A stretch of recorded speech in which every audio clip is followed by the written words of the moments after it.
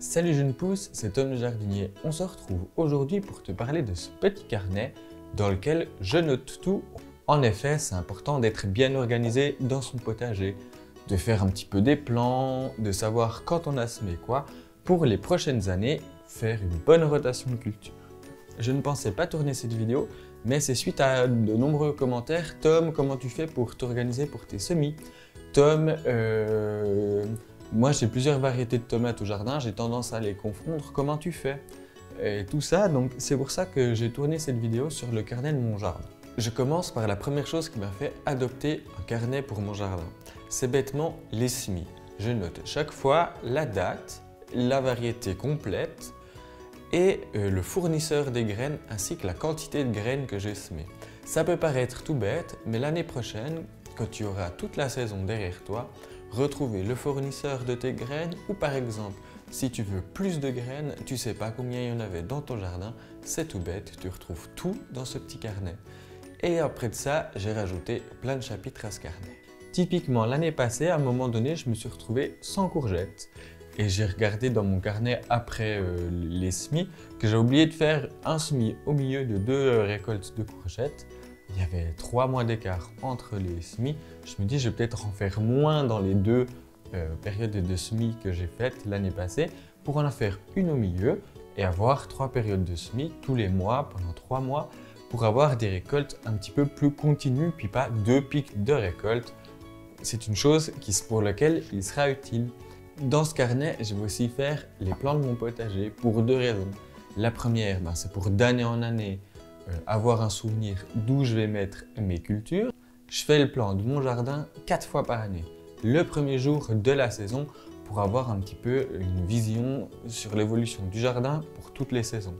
Ça me permet de pouvoir faire une rotation des cultures un petit peu plus fine que juste noter une fois par année les endroits de culture parce qu'on se rend compte que des fois on a une culture avant, une culture du printemps et puis une culture en fin de saison. C'est aussi la vocation par exemple pour mes cultures de tomates, d'aubergines un peu moins, mais surtout pour les poivrons, c'est que j'en ai plusieurs variétés, de me souvenir sans les étiquettes. Les étiquettes ont tendance à vite s'envoler, c'est pour ça qu'il faut que je trouve un autre système, de me souvenir le 3e plan de la 2e ligne, c'est telle variété de piment.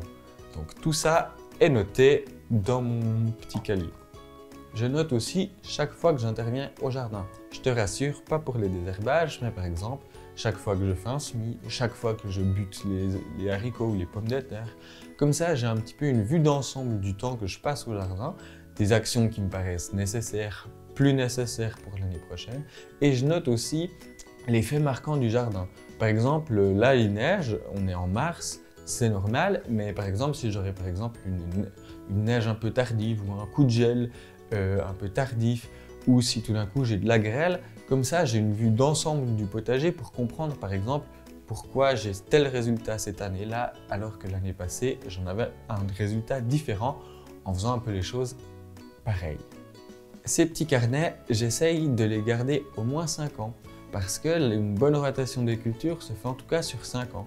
Par exemple, toutes mes tomates, j'évite de les planter sur la même parcelle pendant au moins 5 ans. Si je peux encore aller plus loin en évitant de mettre toutes mes aubergines ou toutes les plantes de la famille des solanacées à cet endroit-là, c'est encore mieux.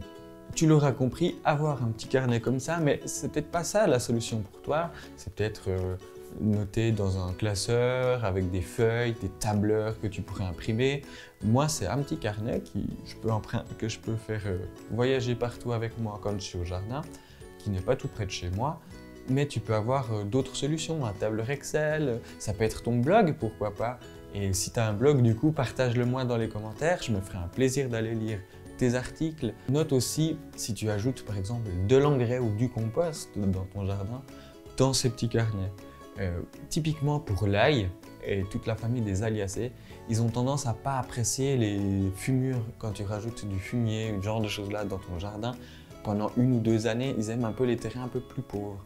Donc c'est une bonne chose, on ne se souvient pas d'année en année où on a mis notre compost et ce genre de choses là dans le potager. Encore une fois, c'est une bonne chose si c'est dans ces carnets. Voilà, tu sais maintenant tout sur mon carnet de jardinier. Si tu as des questions, n'hésite pas à me les poser en commentaire. Je suis sûr que tu as aussi ta façon de faire, donc écris en commentaire tout ce que tu notes soit dans ton carnet ou comment tu t'organises pour le jardin. Je suis sûr qu'entre toute la communauté, on peut trouver des petites astuces faciles. Partage aussi avec moi sur les réseaux sociaux des photos de ton carnet. Je me ferai un plaisir de les partager dans une prochaine vidéo sur mon petit carnet de jardinier. Je pense que ça peut être un moment sympa pour partager un peu tous nos façons de faire. On se retrouve tout bientôt pour une prochaine vidéo. D'ici là, bon jardinage. Ciao, jeune pousse!